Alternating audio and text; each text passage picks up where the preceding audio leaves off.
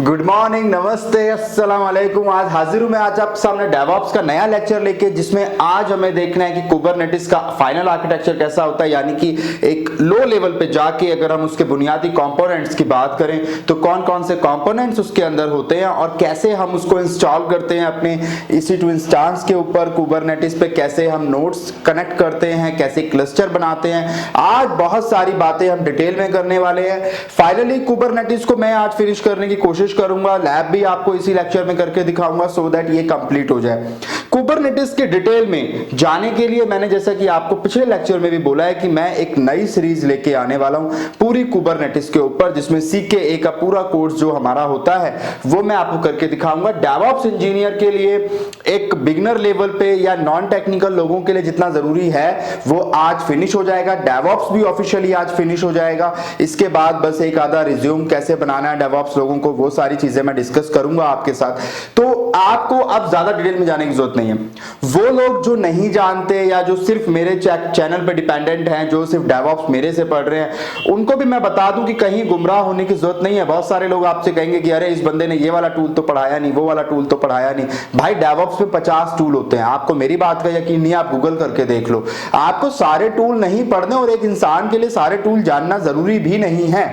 तो मैं इसीलिए आपसे कह रहा हूं जो मैंने पढ़ाया है ट्रस्ट मी वो मोर देन एनफ है, वो बहुत डिटेल में मैंने कराया है। कुबरनेटिस में आपके लिए जानना एक डेवऑप्स बिगिनर लेवल पे जितना जरूरी है वो आज कंप्लीट हो जाएगा, उससे ज्यादा जानने की जरूरत नहीं है। फिर भी आपके अंदर एक क्यूरियोसिटी है या कुछ ऐसे लोग हैं जो कुबरनेटिस पे ऑलरेडी काम कर रहे हैं और उनकी एक्सपेक्टेशन है मेरे से कि भूपिंदर राजपूत कुछ नया कराएगा और कुछ डीप में जाएगा, तो उनके लिए मैं एक अलग सीरीज ला रहा हूं। पर जो बिगिनर लेवल पे लोग हैं उनको मैं उसमें कंफ्यूज नहीं करना चाहता कि वो देख के कंफ्यूज हो जाए। उनके लिए डेवऑप्स यहीं पर मैं फिनिश करूंगा, मतलब कुबरनेटिस के बाद, तो उसमें ज्यादा कुछ बचा नहीं है अब हमारी सीरीज के अंदर। तो ये खुशी का लम्हा भी है कि यार हमारा फाइनली कुबरनेटिस के बाद डेवऑप्स फिनिश हो रहा है और तकरीबन 1 साल लग गया। मैं काफी मेहनत भी लगती है, आपने देखी भी होगी। मुझे नहीं लगता कि YouTube क्या मतलब किसी भी आप ऑनलाइन प्लेटफॉर्म पे चले जाएं, चाहे कितना महंगा प्लेटफॉर्म क्यों ना हो, इतनी डिटेल में नहीं कोई पढ़ाएगा या कोई डिटेल में बताएगा आपको। इतना कुछ लिखवाता हूं कि शायद आपकी भी मेरे ख्याल है 100-200 पन्नों की एक कॉपी तो भरी गई होगी अगर आपने नोट्स बनाए होंगे। तो चलें, अच्छी बात है। Hello. The crucial question today: how do you secure your future under these most uncertain circumstances we have ever seen? Number 1. Pick a lucrative career field that can never get out of demand. Number 2. Get the skills you need to bridge the widest gaps inherent today.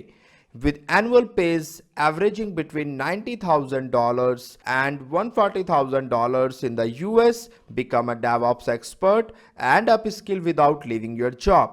Simplilearn's DevOps Engineer Masters Bootcamp is your perfect solution for this, with 40 plus in-demand skills, 15 plus tools, 7 plus industry projects. Their master's certificate is widely recognized in the industry, exactly what you can depend on in these times. To know more, click on the link in the description. तो आज हम शुरू करते हैं ये architecture से बात। Kubernetes का आर्किटेक्चर देखें, आपको यह नजर आ रहा है। आर्किटेक्चर के अंदर दो बुनियादी चीजें होती हैं, एक होता है मास्टर और एक होता है वर्कर। मास्टर स्लेव कह सकते हैं, वर्कर कह सकते हैं, नोड आप कह सकते हैं, कुछ भी आप कहें। तो मास्टर और एक नोड, हमने यहाँ पे 2 नोड बनाई हैं। 2 नोड का मतलब ये है कि हमारे पास 2 EC2 इंस्टेंसेस हैं। जो लोग AWS पे काम करते हैं मेरे साथ डेवऑप्स में काफी कुछ सीखा, तो इंस्टेंस क्या होता है आपको पता है। तो मैं वहां पे 2 नोड क्रिएट करूंगा। नोड का मतलब है कि एक सर्वर है जिसके ऊपर मैं अपने कंटेनर्स या अपने पोड मैनेज कर रहा हूं, वो सारी चीजें कर रहा हूं। मास्टर वो बंदा है जो इनको कंट्रोल करेगा। देखिए, आपने अगर शेफ पढ़ा हो तो शेफ में भी क्लाइंट सर्वर मॉडल था। वहां पे भी क्या करते थे, एक हमारा मेन सर्वर होता था शेफ का, वो बाकियों को कंट्रोल करता था। इवन हर जगह आपको इस तरह का मॉडल नजर आया, मैंने डेवऑप्स में कई मर्तबा ये चीजें आपको बताई हैं। सेम वही क्लाइंट सर्वर मॉडल कुबरनेटिस में भी हम फॉलो करते हैं। और यहां पे ये हमारे पास मास्टर है और ये दोनों हमारे पास नोड है। हम इसके लिए क्या करेंगे, जब हम लैब सेटअप करेंगे, मैं आज ही की वीडियो में आपको दिखाऊंगा, तो लैब सेटअप के अंदर हम 3 EC2 इंस्टेंसेस क्रिएट करेंगे। उनमें से किसी भी एक को आप मास्टर बना सकते हैं, लेकिन ये याद रखिएगा कि मास्टर बनाने के लिए मिनिमम 2 वर्चुअल CPU और 4 GB रैम आपको चाहिए। तो आपने वही EC2 इंस्टेंस लेना पड़ेगा AWS के ऊपर। तो मास्टर, अच्छा वो फ्री अकाउंट में हो जाएगा, परेशान नहीं होना आपको कि मेरा तो फ्री अकाउंट है, कैसे होगा, क्रिएट हो जाएगा, मैं करके दिखाऊंगा आपको, मेरा भी फ्री अकाउंट है, ठीक है। तो मास्टर और नोड की हम बात करते हैं। तो अब मास्टर के अंदर कौन से बुनियादी कंपोनेंट्स है वो एक बार देख लेते हैं। देखिए 4 बुनियादी चीजें आपको यहां नजर आ रही हैं। जो सबसे काम का आदमी है ना वो ये है, एपीआई सर्वर। ये क्यों है? क्योंकि यही वो बंदा है जिससे सब आके कम्युनिकेशन करते हैं, राब्ता करते हैं। इसके अलावा देखिए जितने भी कंपोनेंट्स आपको यहां नजर आ रहे हैं, आप देखें एरो इसी के पास जा रहा है, यानी पूछने के लिए हर कोई इसके पास जाएगा, रिक्वेस्ट हमेशा इसके पास आएगी, यानी रिक्वेस्ट के लिए यही बंदा बैठा है, इसका काम है इसको भेजना है, इसका काम है इसको भेजना है, इससे बात करनी है, किसी से बात करनी है, यही करेगा। हम किसी और के पास डायरेक्टली नहीं जाएंगे, यानी जो पॉइंट ऑफ कांटेक्ट है, जो फ्रंट फेस है, मतलब वो ये है। जैसे मैं ना इसको एक एग्जांपल आपको दूं कि आप बैंक का जो एक सिस्टम होता है उसको आप इमेजिन करें कि उसके अंदर ना फ्रंट में एक रिसेप्शनिस्ट बैठी होती है, या कोई बंदा आपके लिए कि मे आई हेल्प यू का बोर्ड लगा होता है बैंक में। तो वो बंदा वो है जिसके पास हर कोई जाता है। किसी को खाता खुलवाना है उसके पास जाएगा, किसी को पैसे निकालने हैं उसको नहीं पता कहां से निकलेंगे उसके पास जाएगा, किसी को कोई और काम है उसके पास जाएगा, ठीक है।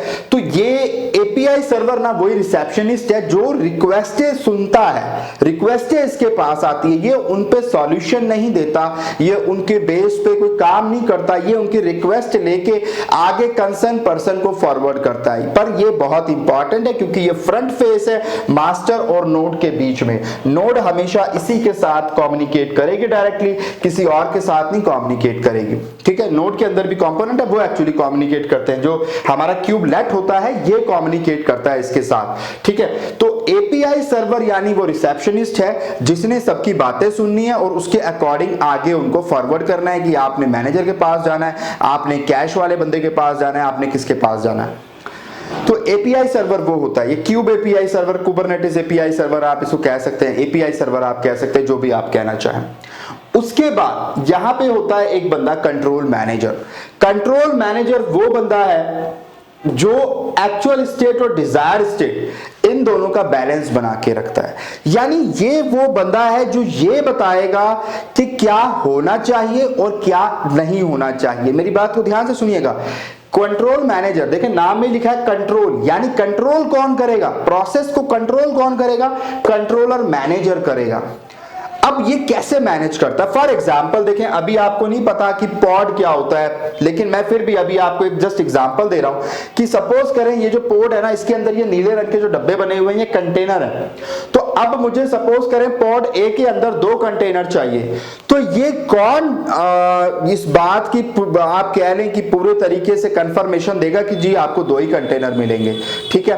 तो ये वो बंदा है जो इस चीज का ख्याल रखेगा कि जो सर्विस मांगी गई है, जितनी मांगी गई है उतनी ही उस बंदे को मिलनी चाहिए। अगर किसी बंदे ने 4 कंटेनर मांगे हैं उसको 4 मिलने चाहिए, किसी बंदे ने 5 मांगे हैं उसको 5। अगर मैं इसको बैंक से कंपेयर करूं तो ये वो बंदा है जो बैठा होता है बैंक में, आप जब कैश निकालने जाते हैं तो वो पहले एंट्री करता है, वो आप पैसे डायरेक्ट ही निकालते हैं, आपकी पर्ची लेता है, वो पहले सिस्टम में एंट्री कर लेता है, ये बंदा 40,000 रुपए निकालना चाहता है, उसके बाद उसकी एंट्री के बेस पे आपको कैशियर पैसे निकाल के देता है। आप मेरी बात पे ध्यान दें।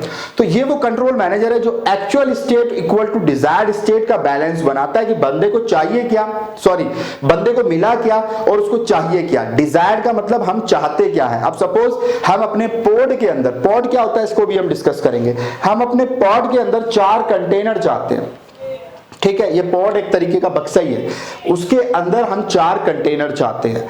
तो अब 4 कंटेनर मुझे चाहिए, यानी वो मेरी डिजायर है कि मुझे 4 चाहिए, पर मुझे 3 ही मिले, तो यानी कि मिसमैच हो गया। मुझे आपने दिए 3 और मुझे चाहिए थे 4, यानी मिसमैच हो गया। तो कंट्रोल मैनेजर कहेगा ऐसे नहीं चलेगा, इस बंदे ने 4 मांगे हैं, इसको 4 ही मिलेंगे, अदरवाइज काम नहीं होगा। तो यानी ये हमेशा इस बात की गारंटी देगा कि आपको जितने कंटेनर जिस पॉड में चाहिए, आपने जितनी रिक्वेस्टें करी हैं, जिस काम की रिक्वेस्ट करी है वो आपको मिलनी चाहिए, उसी अमाउंट में मिलनी चाहिए।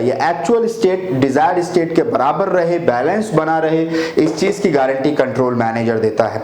लेकिन कंट्रोल मैनेजर को ये सारी चीजें कहां से पता चलती हैं कि कितनी होनी चाहिए, कितनी नहीं होनी चाहिए, ये चीज पता चलती है उसको ETCD क्लस्टर से। ETCD आप इसे एक तरीके का जो है एक डेटाबेस समझें, ज़ूकीपर भी होता है और भी बहुत तरीके के डेटाबेसेस होते हैं। तो ETCD जो है ना, ये एक डेटाबेस है, एक काइंड ऑफ स्टोरेज है, एक डेटाबेस है। जैसे कि शेफ के अंदर ओहाई हमारे पास था, जिन लोगों ने डेवऑप्स मेरे से पढ़ा है उन्हें पता होगा कि ओहाई क्या करता था, हमारी करंट स्टेट को हमेशा मेंटेन करके रखता था और जब भी कोई चेंजेस होते थे तो करंट स्टेट के साथ मैच करता था और बताता था कि ये चेंजेस आए हैं तो ये अपडेट करने पड़ेंगे। उसी तरीके का डेटाबेस होता है कुबरनेटिस के अंदर ETCD, जो बताता है कि भाई ये एक्चुअल स्टेट है, अभी इस पोड के अंदर 3 कंटेनर पड़े हैं पर आप कह रहे हो कि 4 चाहिए, तो ये देखेगा। इसको ये बातें कहां से पता चलेंगी, कंटेनर में अभी कितने हैं, एक्चुअल स्टेट क्या है कंटेनर की, इसको कैसे पता चलेगा, इसको ETCD से पता चलेगा। क्योंकि कंटेनर की जो भी इंफॉर्मेशन है, पोड की जो भी इंफॉर्मेशन है, पोड में कितने कंटेनर पड़े हैं, क्या पड़े हैं, वो सारी इंफॉर्मेशन इसके अंदर स्टोर होती है। It is a kind of database. लेकिन ये मैं आपको एक और चीज बता दूं कि ये कुबरनेटिस का पार्ट नहीं है, कुबरनेटिस का कंपोनेंट नहीं है, एक बाहर का कंपोनेंट है। ये उससे बाहर का कंपोनेंट है, ये उसके अंदर का कंपोनेंट बिल्कुल नहीं है। तो ये भी मैं आपको बता दूं। हालांकि हम इसके बिना कुबरनेटिस में काम नहीं कर सकते, ये हमें चाहिए ही चाहिए, पर ये कुबरनेटिस का खुद का एक, आप कहें कि उसका खुद का एक बुनियादी कंपोनेंट नहीं है। जैसे बैंक में भी ना आपने देखा होगा, जो लोन टीम होती है, कई बार वो प्राइवेट वाले बंदे भी होते हैं, कई बार वहां और बंदे भी बैठे होते हैं दूसरी कंपनी के, इवन उनका नेटवर्क संभालने के लिए हो सकता है कोई और कंपनी का उन्होंने बंदा हायर किया हो। ऐसे ही यहां पर ETCD जो है ये एक बाहर की एंटिटी है जो हम यहां पे इस्तेमाल करते हैं, लेकिन ये कुबरनेटिस में होती है, आप इसके बिना कुबरनेटिस पे काम नहीं कर सकते। तो ETCD क्या रखता है, ये पूरे सारी स्टेट, यानी किस पोर्ट में कितने कंटेनर हैं, किस पोर्ट की क्या IP एड्रेस है, वो सारी छोटी छोटी बातों का लेखा जोखा किसके पास होता है, इसके पास होता है। तो इससे इसको पता चलता है कि अभी करंट में क्या सिचुएशन है, कितने एक्चुअल स्टेट है और वो बंदा क्या मांग रहा है, अब उसके अकॉर्डिंग ये काम करता है। लेकिन काम भी ये नहीं करता, ये पहले वो देखता है काम ये किससे करवाता है, काम ये क्यूब शेड्यूलर से कराता है। इसीलिए एक्शन, और एक चीज और, ये सारी अपनी इंफॉर्मेशन, अपना जो भी काम है इसको भेजेंगे, फिर इससे कराएंगे, ये डायरेक्टली इससे कम्युनिकेट नहीं करेगा। और एक बात और बहुत इंटरेस्टिंग आपको बता रहा हूं, ETCD को सिर्फ API सर्वर एक्सेस कर सकता है, इसके अलावा कोई और इसको डायरेक्ट एक्सेस नहीं कर सकता। इसीलिए मैंने यहां पे एरो नहीं बनाया हुआ, मेरे एरो बहुत इंपॉर्टेंट है, इन एरोस पे ध्यान दीजिएगा। ETCD को सिर्फ API सर्वर एक्सेस कर सकता है और कोई भी कंपोनेंट, ना तो कंट्रोल मैनेजर ना क्यूब शेड्यूलर, दोनों में से कोई भी इसको डायरेक्टली एक्सेस नहीं कर सकता। बात समझ आ रही है? दोबारा बोलूं, चलो मैं दोबारा बोल देता हूं। API सर्वर सिर्फ ETCD को एक्सेस कर सकता है, उसके अलावा कोई और नहीं कर सकता। बात समझ आ गई? चले, बहुत अच्छी बात है। तो ETCD इसको, अब आप कहेंगे कि फिर इसको कैसे पता चलेगा, तो ये इसको बताएगा ना, फिर ये इसको काम करके देगा। देखिए आप ना हमेशा प्रोटोकॉल फॉलो करते हैं, इवन अगर आप अपनी कंपनी में भी हैं तो वहां पे भी आप अगर अपने सीनियर से भी बात करना चाहते हैं, अपने बॉस से, CEO से बात करना चाहते हैं, तो आप अपने मैनेजर के थ्रू जाएंगे। यानी मैनेजर वो बीच का पॉइंट ऑफ कांटेक्ट है जिसके थ्रू आप अपनी बात आगे पहुंचाते हैं। तो अगर इसने भी कोई बात पहुंचानी है तो इसके थ्रू यहां जाएगा, इसने भी कोई रिप्लाई इसको करना है तो इसके थ्रू यहां करेगा। यानी पहले रिस्पॉन्स यहां आएगा, फिर यहां से यहां जाएगा, इस तरीके से रिस्पॉन्स जाएगा। बात समझ आ रही है? तो ये रिक्वेस्ट करेगा तो ये रिक्वेस्ट पहले यहां भेजेगा, फिर यहां जाएगी। बात आपको समझ आ रही है? तो ये एक प्रोसेस है। API सर्वर इसलिए वो सेंट्रल पॉइंट है, मैंने कहा ये वो फ्रंट फेस है जिसके थ्रू सारा काम होगा, ये आगे बातें पहुंचाता है और ये कुछ नहीं करता। असल में काम कौन करता है? क्यूब शेड्यूलर करता है। इसीलिए यहां पे लिखा है एक्शन। एक्शन कौन लेगा? एक्चुअल स्टेट को डिजायर स्टेट के बराबर बनाने का काम। अगर पोर्ट के अंदर 4 कंटेनर होने चाहिए और अभी करंट में 3 है तो 3 को 4 करना है, यानी एक्चुअल स्टेट डिजायर स्टेट के बराबर होनी चाहिए। तो अब वो काम कौन करेगा? वो असल में क्यूब शेड्यूलर करेगा। तो ये वो बंदा है जो काम करता है। इसको ये मतलब नहीं है काम क्या है, क्या नहीं है, क्या होना चाहिए, क्या नहीं होना चाहिए, वो जिम्मेदारी इसकी है। ये तो बस इसको ये कहेगा आप इस फलाना पोर्ट के अंदर 4 कंटेनर क्रिएट कर दो, ये क्रिएट कर देगा। इससे मतलब नहीं है कि वहां है कितने, वो सारी नॉलेज इसको चाहिए। ठीक है। और अभी करंट स्टेट में क्या क्या पड़ा हुआ है, किस पॉड की क्या आईपी है, क्या होनी चाहिए थी, क्या मांगा है उसने, क्या वो डेटाबेस में यहां पड़ा हुआ है। और डेटाबेस किसके साथ कनेक्टेड है, एपीआई सर्वर के साथ। और इस पूरे बक्से को जो मैंने रेड कलर का बनाया है, इसे हम कंट्रोल प्लेन कहते हैं या फिर मास्टर कहते हैं, ठीक है। कुबरनेटिस मास्टर, कुबरनेटिस मास्टर मतलब वो मेन बंदा जो बाकी नोड को कंट्रोल करेगा। देखिए कंपनी के अंदर भी ना एक टीम लीड होती है, वो बंदा असल में एम्प्लॉय ही है, पर वो आपको कंट्रोल करता है, उसके पास पावर कुछ ज्यादा होती है, वो आपको बताता है क्या करना है, कैसे करना है। आपको भी कोई हेल्प चाहिए तो आप उसके पास जाते हैं, तो ये वो मास्टर है। मास्टर की बात आपको समझ आ गई। अब यहां पे एक एडमिन मैंने बनाया। एडमिन मतलब यूजर जो हम हैं, तो हम भी जब बात करेंगे तो हम किससे बात करेंगे, हमने सपोज कुछ पोर्ट क्रिएट करने हैं, हमको 4 पोर्ट क्रिएट करने हैं, उनके अंदर एक एक कंटेनर क्रिएट करना है, तो हम किससे कम्युनिकेट करेंगे, हम एपीआई सर्वर से कम्युनिकेट करेंगे। यानी यूजर भी, यानी हम खुद अगर कुबरनेटिस पे काम कर रहे हैं तो हम हमेशा किससे कम्युनिकेट करते हैं, एपीआई सर्वर के साथ। हमेशा याद रखना है एपीआई सर्वर ही वो बंदा है जो इन सब से बात करेगा, जो नोड है मेरी, एपीआई सर्वर के थ्रू ही कम्युनिकेशन हमेशा होता है। बैकएंड पे ये लोग काम करते हैं। एक्चुअल स्टेट किसने करनी है, कंट्रोल मैनेजर ने, यानी कंट्रोल से नाम याद रखो, कंट्रोल करता है वो, एक्चुअल इक्वल टू डिजायर करता है। क्यूब शेड्यूलर मतलब ये काम करके देगा, शेड्यूल करके देगा चीजों को कि हाँ भाई ये ऐसे होनी है, इसको मतलब आपको बताना है। बताता कौन है, कंट्रोल मैनेजर बताता है इसको। ये इसको बोलेगा भाई तू 4 पोर्ट क्रिएट कर दे, वो कर देगा, पर डायरेक्टली कभी नहीं करेगा, एपीआई सर्वर के थ्रू आएगा, ठीक है। इसलिए मैंने यहां इन दोनों के बीच में एरो नहीं बनाया, ठीक है, ये बात आपको याद रखनी है। अच्छा, यहां पे यूजर 2 चीजों का इस्तेमाल कर सकता है। यूजर ना एक, जैसे हमने शेफ के अंदर बनाते थे रेसिपी, शाही पनीर की रेसिपी आपको बड़ी पसंद आई थी, बड़ा अच्छा शाही पनीर हमारा बना था, तो वही रेसिपी जो हम शेफ में बनाते थे कि क्या काम करना है, कैसे करना है, उसी को यहां पे मैनिफेस्ट कहते हैं। मैनिफेस्ट, वो जो कोड आप लिखते हैं ना, अब वो कोड आप 2 तरीके से लिख सकते हैं, या तो आप जेसॉन फॉर्मेट में लिख सकते हैं जावास्क्रिप्ट, या फिर आप YML फॉर्मेट में, यानी कि YAML फॉर्मेट जो हम ऑलरेडी पढ़ चुके हैं, YAML फॉर्मेट में आप लिख सकते हैं। तो आप क्या चाहते हैं, कैसे चाहते हैं, वो सारा .yml फाइल में लिख दें। उस फाइल को कहा जाता है या उस कोड को कहा जाता है मैनिफेस्ट, जैसे कि शेफ में रेसिपी कहा जाता है। वो आप भेजोगे एपीआई सर्वर को, एपीआई सर्वर देखेगा अच्छा इस बंदे ने ये चीजें मांगी हैं, इसको इस फलाना पोर्ट, इसको एक पोर्ट चाहिए, उसमें 4 कंटेनर चाहिए, दूसरा चाहिए उसमें 2 कंटेनर चाहिए, वो सारी चीजें पढ़ेगा।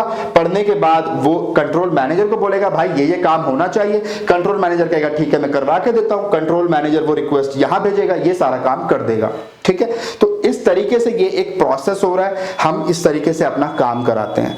अब ये है दूसरी साइड, ये था मेरा कंट्रोल प्लेन और ये था मेरा वर्कर साइड। वर्कर इन्हें हम बोलते हैं, वर्कर मतलब मजदूर, है ना। चलें, अच्छी बात है। तो अब ये मेरे वर्कर हैं, इन्हें आप मिनियन भी कहते हैं, कई बार ना इन्हें मिनियन भी बोलते हैं, बहुत सारी टर्म्स है, मैं उनमें नहीं जा रहा, तो मिनियन आप कह सकते हैं। तो अब यहां पे मैंने 2 नोड बनाई हैं। 2 नोड का मतलब ये है, ये एक नोड का एग्जांपल ले लो, 2 का ले लो, 3 का ले लो, आपने कंफ्यूज नहीं होना कि 2 ही होंगी हमेशा या 3 ही होंगी। नोड का मतलब है आपके कितने क्लाइंट है। तो ये मेरे 2 इंस्टांसेस, मैं जब AWS पे लैब कराऊंगा तो मैं 2 नोड दूंगा, और 2 नोड का मतलब यही है कि जो काम मैं यहां कर रहा हूं उसी तरीके का काम मैं दूसरी नोड पे भी कर रहा हूं। चाहूं तो मैं एक ही नोड ले सकता हूं, एक मास्टर एक नोड, एक मास्टर 2 नोड भी ले सकता हूं, एक मास्टर 3 नोड भी ले सकता हूं, इवन मैं यहां पे 2 मास्टर और 4 नोड बना सकता हूं। आप किसी भी उसमें काम कर सकते हैं, कुबरनेटिस के अंदर फ्लेक्सिबिलिटी है आपके पास। चलो अब नोड की कंपोनेंट की बात करते हैं। तो नोड के अंदर भी 3 बुनियादी कंपोनेंट है, क्यूब प्रॉक्सी, क्यूब लेट और पॉड, ये 3 चीजें हैं। अब सबसे पहले ना मैं पॉड की बात करता हूं कि पॉड क्या है। पॉड की बात बहुत ज्यादा लोगों में कंफ्यूजन है। देखिए पॉड कुछ नहीं है, कुबरनेटिस ये कहता है कि भाई आप जो है यहाँ पे कंटेनर इंजन का इस्तेमाल कर रहे हैं। देखिए मैंने ना यहाँ पे कंटेनर इंजन लिखा है, यहाँ पे मैंने गलती से डॉकर लिख दिया, इसको डॉकर लिखना सही नहीं है, इसको आप कंटेनर इंजन लिखें, क्योंकि ये कुबरनेटिस जो है ये सिर्फ डॉकर के साथ ही काम नहीं करता, आप रॉकेट के साथ भी काम कर सकते हैं, आप किसी और कंटेनर इंजन के साथ काम कर सकते हैं। तो यहाँ पे कंटेनर इंजन लिखना बेहतर होगा। वो बात सही है कि हम हमेशा डॉकर का इस्तेमाल करते हैं, रियल टाइम एनवायरनमेंट में मैक्सिमम लोग डॉकर का इस्तेमाल करते हैं, पर बेटर है कि कंटेनर इंजन टर्म का यहां इस्तेमाल किया जाए, क्योंकि वो डॉकर भी हो सकता है, वो रॉकेट भी हो सकता है, वो कोई और भी चीज हो सकती है, एक कंटेनर डी भी आता है, वो भी हो सकता है। आप वो कर सकते हैं। तो बेसिकली कंटेनर इंजन है, तो ये हमारे कुबरनेटिस का पार्ट नहीं है, क्योंकि ये तो हम डॉकर है तो डॉकर है, डॉकर तो एक बाहर की चीज है, वो कुबरनेटिस का हिस्सा नहीं है। आप यहाँ पे अगर डॉकर पे काम कर रहे हैं फॉर एग्जांपल, आप अगर किसी और रॉकेट पे काम कर रहे हैं, वो भी कंटेनर बनाने की ही एक आप ये कहें कि सॉफ्टवेयर है या इंजन है, कंटेनर इंजन आप उसे कह सकते हैं, तो वो भी आप इस्तेमाल कर सकते हैं। तो यहाँ पे वो चीज है, वो कुबरनेटिस से बाहर की चीज है, वो आपको इंस्टॉल करनी पड़ेगी अपनी नोड के ऊपर, ठीक है।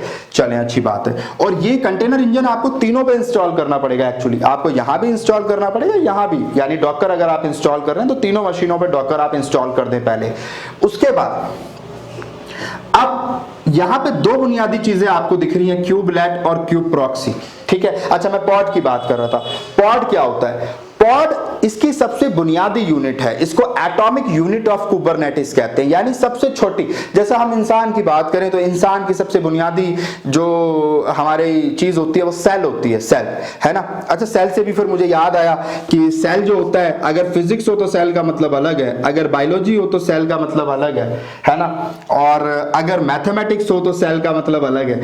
तो चले, अच्छी बात है। तो मैं अभी बायोलॉजी के हिसाब से बात कर रहा हूं। तो बायोलॉजी में सेल का मतलब होता है हमारी बॉडी का सबसे छोटा पार्ट, है ना, एक सेल जो होता है।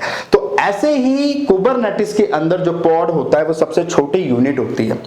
अब सवाल ये आता है कि भाई हमने डायरेक्ट कंटेनर से क्या कहते हैं अपने सॉरी डॉकर इंजन से डायरेक्ट कंटेनर क्यों नहीं क्रिएट कर लिए, उन्हें हमने पॉड में क्यों डाला? देखिए, कुबरनेटिस कहता है भाई आप आज तो डॉकर इस्तेमाल कर रहे हो, मैं डॉकर के हिसाब से डिजाइन कर दूं कि ठीक है सारे कंटेनर आप बना लो, कर लो, पॉड वॉड नहीं है।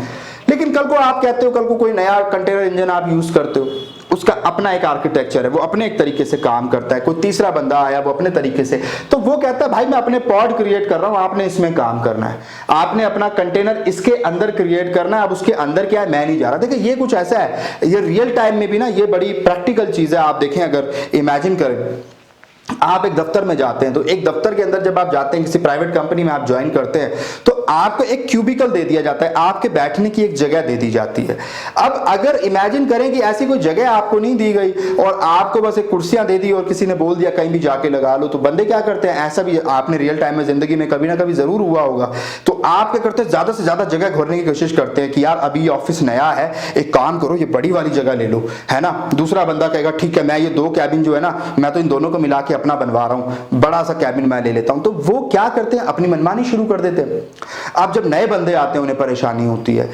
तो ऐसी ही चीजों को मैनेज करने के लिए अगर मैं इस सॉफ्टवेयर में बात करूं या कुबरनेटिस के अंदर बात करूं, उन्होंने कहा भाई आप क्या कंटेनर बना रहे हो, किस तरीके से काम कर रहे हो, मुझे मतलब नहीं है। मैंने अपना एक डिसाइड कर दिया, मेरा पॉड है, पॉड नाम की चीज है, आप इसके अंदर बनाओगे। पहली बात उसने कहा ये पॉड है, आपने इसके अंदर बनाना है। पॉड कुछ नहीं है, उसकी एक अपनी एक लॉजिकल यूनिट है कुबरनेटिस की। कुबरनेटिस कहता है मैं आपके कंटेनर को नहीं जानता, मैं तो अपने पॉड से बात करूंगा, आप मेरे पॉड के अंदर बना दो, मैं देख लूंगा, मेरा पॉड मुझे बताएगा क्या करना है। वो कंटेनर से कभी राब्ता नहीं करेगा, कभी डायरेक्टली बात नहीं करेगा। तो कुबरनेटिस जो है वो अब यहां पे कभी डायरेक्ट बात नहीं करता। अब यहां पॉड की बात आपको समझ आ गई। पॉड एक यूनिट है, पॉड एक तरीके का कुबरनेटिस का अपना एक बक्सा है, उसके अंदर वो कंटेनर को रखता है या क्रिएट करवाता है, जो भी होते हैं तो उसके अंदर वो क्रिएट करता है। चल, अब यहां पे दो चीजें हैं, क्यूब प्रॉक्सी और क्यूबलेट। दोनों जगह सेम ही है, ठीक है ना, तो अलग अलग नोड है। आप एक का एग्जांपल ले लें, दो बना दी मैंने। तो अब पहली है क्यूबलेट। देखें एक चीज और, यहां पे कंट्रोल मैनेजर जो कुछ कर रहा है वो उसे ETCD से पता चल रहा है, पर ETCD को तो सपने नहीं आ रहे ना। ETCD को नोड की इंफॉर्मेशन वहां कोई बैठा हुआ बंदा देगा तभी तो उसको मिलेगी, है कि नहीं। अब आप कॉलेज में हैं, अब कॉलेज में आप गए कि नहीं गए ये आपके घर वालों को तभी पता चलेगा जब कॉलेज का कोई बंदा आपका दोस्त आके बताएगा आज तो आया ही नहीं था, है ना, तो तब पता चलेगा आप डेट पे गए थे। चलें, अच्छी बात है। तो अब इसीलिए यहां जो वो बंदा है ना, जो खबरी है, जो सारी खबर देता है, इस तक पहुंचाता है कि भाई क्या चल रहा है क्या नहीं चल रहा है, और उसके बेस पे फिर ये एक्शन लेता है, वो खबरी होता है ये क्यूबलेट। इसका काम क्या है? अगर मैं बिल्कुल बुनियादी भाषा में कहूं, अगर आप कंफ्यूज नहीं होना चाहते, तो पॉड को कंट्रोल करना, बस इतना याद रखें। क्यूबलेट का काम है पॉड को कंट्रोल करना। कंट्रोल इन द सेंस कि पॉड में कितने कंटेनर होने चाहिए, पॉड में क्या होना चाहिए क्या नहीं होना चाहिए, वो ये डिसाइड करेगा, ये कंट्रोल करेगा, देखेगा, ये अपनी रिक्वेस्ट को भेजेगा एपीआई सर्वर के पास, एपीआई सर्वर वो अपडेट करेगा ईटीसीडी में, उसके बाद वो खबर जाएगी इस कंट्रोल मैनेजर के पास, इसे पता चलेगा भाई वो बंदा जो है यहां पे इस नोड के अंदर ये काम कराना चाह रहा है, इस पोर्ट के अंदर एक और कंटेनर क्रिएट करना चाह रहा है फॉर एग्जांपल। तो अब वो खबर इसके पास जाएगी, ये कहेगा अच्छा तो ये करना है, वो फिर ईटीसीडी में चेक करवाएगा, बोलेगा अभी एक है प्रेजेंट, पहले एक है एक्चुअल स्टेट पर वो 2 चाहता है, तो वो कहेगा एक काम करो 2 बनवा देते हैं, तो वो ये रिक्वेस्ट यहां भेजेगा, ये 2 मतलब एक और नया कंटेनर यहां क्रिएट कर देगा ये वाला। तो इस तरीके से ये काम होता है, यानी पॉड्स को मैनेज कौन करता है, क्यूबलेट। अब क्यूब प्रॉक्सी क्या करता है, नेटवर्किंग का जो काम है वो करता है क्यूब प्रॉक्सी, यानी assign IP address to pod. एक और बड़ी गहरी बात मैं आपको बता दूं कि कुबरनेटिस के अंदर कंटेनर के पास कोई भी आईपी एड्रेस नहीं होता, आईपी एड्रेस हमेशा पॉड को असाइन होता है, ये बात आप याद रखिएगा। कंटेनर का खुद का कोई आईपी एड्रेस नहीं होता कुबरनेटिस के अंदर, आईपी एड्रेस पॉड का होता है। पॉड के अंदर 2 कंटेनर है, 3 कंटेनर है, कोई मसला नहीं है, आईपी एड्रेस हमेशा पॉड को मिलेगी। यानी वो सारा काम पॉड को आईपी एड्रेस देने का, नेटवर्किंग का, फॉर एग्जांपल ये पॉड सी जो है पॉड डी के साथ बात करना चाहता है, तो क्यूब प्रॉक्सी बताएगा कि इससे कैसे बात होगी। ये हमेशा याद रखिएगा, ये पॉड आपस में डायरेक्टली कम्युनिकेट नहीं कर सकते, कोई भी 2 पॉड आपस में कम्युनिकेट नहीं कर सकते। ये बात आपको समझ आ रही है, कोई भी 2 पॉड। एक और इंपॉर्टेंट बात, पॉड के अंदर जनरली एक ही कंटेनर रखा जाता है, एक पॉड में एक कंटेनर होता है या होना चाहिए, और रियल टाइम एनवायरनमेंट में होता है। इसके पीछे भी कहानी है, वो भी मैं बता देता हूं। तो इसीलिए मैं आपको बताऊं, देखें, इसीलिए कई बार इंटरव्यू में आपसे पूछा जाएगा पॉड के अंदर एक से ज्यादा कंटेनर क्रिएट हो सकते हैं या रखे जा सकते हैं, बिल्कुल रखे जा सकते हैं, कोई मसला नहीं है। आप 1 रखो, 2 रखो, 3 रखो, 4 रखो, कोई दिक्कत नहीं है। एक पॉड के अंदर 4 कंटेनर क्रिएट हो सकते हैं, लेकिन फिर हम ये दूसरी बात कहते हैं कि हर पॉड में एक ही कंटेनर क्रिएट करना चाहिए या होता है या हम करते हैं, हम ज्यादा नहीं क्रिएट करते। उसके पीछे की लॉजिक क्या है, उसके पीछे की लॉजिक ये है कि अगर आप एक पॉड में 3 कंटेनर क्रिएट कर देते हैं फॉर एग्जांपल, तो ये तीनों कंटेनर आपस में टाइटली कपल होते हैं, क्योंकि देखिए मैंने कहा कि आईपी एड्रेस पॉड को मिलता है। अब उसके अंदर 3 कंटेनर है, तो 3 कंटेनर की 3 अलग आईपी इसको नहीं मिलेगी, पॉड को तो एक ही आईपी मिलेगी, और वो तीनों आपस में कंटेनर जो हैं वो टाइटली कपल्ड होते हैं। टाइटली कपल्ड से मतलब क्या है, आपने जिंदगी में कभी ना कभी ऐसा जरूर फेस किया होगा जब आप एक दूसरे का हाथ पकड़ के चल रहे हैं और आगे वाला जैसे ही गिरा आप भी उसके साथ गिर गए। क्यों? क्योंकि आप टाइटली कपल्ड थे, आपने उसका हाथ पकड़ा हुआ था, वो गिरेगा तो आप भी गिरोगे। यही चीज यहां पर होती है, हम तो गिरे सनम तुम्हें भी ले डूबेंगे, तो ये चीज यहां पर होती है। अगर एक भी कंटेनर फेल्ड हुआ या बंद हुआ, खराब हुआ, तो बाकी सारे ऑटोमेटिकली खराब हो जाएंगे, वो काम नहीं करेंगे।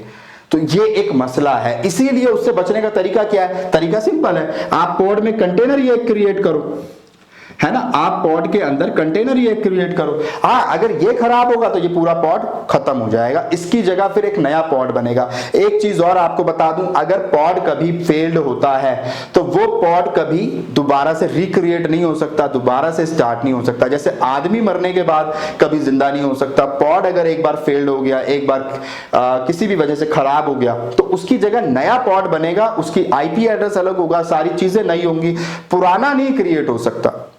ये चीज आपको याद रखनी है। पॉड अगर एक बार खराब हो गया, उसकी जगह फिर नया बनेगा। सपोज करें अब मेरे को 3 कंटेनर वाला पॉड चाहिए था, मेरे पास 3 कंटेनर हैं, अब 3 में से एक कंटेनर खराब हो गया, इसकी वजह से बाकी 2 भी खराब हो गए, बाकी 2 खराब हो गए तो पॉड ही मेरे लिए यूजलेस हो गया। तो फिर ऐसे में अब ये कंट्रोल मैनेजर जो है ये देखेगा एक्चुअल स्टेट क्या है और डिजायर्ड क्या थी, तो ये कहेगा भाई एक्चुअल में 3 चाहिए थे और वो तीनों के तीनों ही फेल्ड हो गए, क्योंकि एक फेल्ड हो गया तो बाकी भी फेल्ड हो गए। तो अब ये क्या करेगा, ये एक नया कंटेनर क्रिएट, वो एक नया पॉड क्रिएट करेगा, उसके अंदर 3 दोबारा से कंटेनर बनाएगा, सारा काम दोबारा से करेगा। काम होगा पर वो नए पॉड पे होगा, पुराने पॉड में अगर खराबी आ गई है तो फिर नया बनता है। आपको मिलेगी वो चीज एग्जिस्ट करेगी, पर वो नए पे करेगी, आपको बैकएंड पे शायद पता भी ना चले। ठीक है, तो ये सारी चीजें आपको याद रखनी है। बहुत डिटेल में मैंने अभी इसकी सारी बातें की हैं, इसके आर्किटेक्चर की। फिर भी कोई कंफ्यूजन है, मेरे वीडियो को 2-3 बार, इस आर्किटेक्चर वाले पार्ट को 2-3 बार देखिएगा। मैं गारंटी दे रहा हूं आपको आर्किटेक्चर से रिलेटेड हर सवाल का जवाब मिल गया होगा। और मेरे ख्याल से इंटरव्यू में भी जितने सवाल इस आर्किटेक्चर से पूछे जा सकते हैं, मैंने उन सभी का जवाब देने की कोशिश करी है। अब वन बाय वन इन सब की थ्योरी भी देख लेते हैं कि आखिर इनकी थ्योरी में क्या है, इस कंपोनेंट की क्या क्या खासियतें हैं, क्या क्या बातें हैं, इस कंपोनेंट की क्या क्या खासियतें हैं, क्या क्या बातें हैं। उन सारी चीजों को डिस्कस करते हैं वन बाय वन और डिटेल में जाने की कोशिश करते हैं। आर्किटेक्चर मैंने बहुत अच्छे से डिटेल में समझा दिया है, अब जरा इनकी बातें वन बाय वन सारे कंपोनेंट्स को एक बार डिस्कस कर लेते हैं। तो अब हम वन बाय वन कंपोनेंट्स की बात कर लेते हैं। तो सबसे पहले जब आप कुबरनेटिस पे काम करते हैं, तो मैंने आपको बताया कि आपको मैनिफेस्ट क्रिएट करना पड़ता है। मैनिफेस्ट क्या है? जैसे कि शेफ के अंदर हम लोग रेसिपी बनाते थे, जिसमें हम लिखते थे हम ये काम करेंगे, कैसे करेंगे, वही सारे स्टेप्स आपको यहाँ पे मैनिफेस्ट में लिखने पड़ते हैं। आप जेसॉन में भी लिख सकते हैं, लेकिन YML आपको पता है कि ज्यादा इजी फॉर्मेट है, तो आप इसमें भी लिख सकते हैं। अप्लाई दिस टू क्लस्टर, ये मैनिफेस्ट किस पे अप्लाई होती है? क्लस्टर पे। क्लस्टर यानी कि ग्रुप ऑफ पोर्ट्स, जो आपके पोर्ट बने हुए हैं उनका जो क्लस्टर बना है, क्लस्टर मतलब ग्रुप बना हुआ है, उस पे आप इसे अप्लाई करेंगे। To master to bring into desire state, तो क्लस्टर पे अप्लाई होगा। क्लस्टर होगा नोड का क्लस्टर, नोड के अंदर आपके क्लस्टर बने होंगे, और किसके थ्रू करेंगे अप्लाई? मास्टर के थ्रू। यानी मास्टर वो बंदा है जो मैंने अभी आपको आर्किटेक्चर दिखाया था, मास्टर और वर्कर वाला, वहां पे जो मास्टर था वो एक्चुअली अप्लाई करवाएगा इस मैनिफेस्ट को कि ये काम कैसे होना है। तो आपको वो प्रोसेस मैंने बता दिया कि मैनिफेस्ट सीधा एपीआई सर्वर से बात करता है, एपीआई सर्वर फिर अपने कंट्रोलर से बात करता है, कंट्रोलर फिर वही बात जो है अपने शेड्यूलर से करके उस काम को करवाता है विद द हेल्प ऑफ, दूसरी साइड पे क्या था? नोड साइड पे बताइए आप, क्यूबलेट था कि नहीं था? तो क्यूबलेट पे आप जो है उसको क्यूबलेट की हेल्प से वो काम कराएंगे।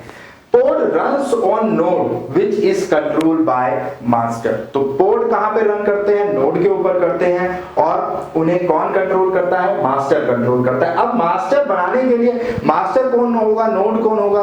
तो आपको पता है जहां पे आप मास्टर का पैकेज इंस्टॉल कर देंगे वो एज अ मास्टर काम करेगा, बाकी सारे एज अ नोड काम करेंगे।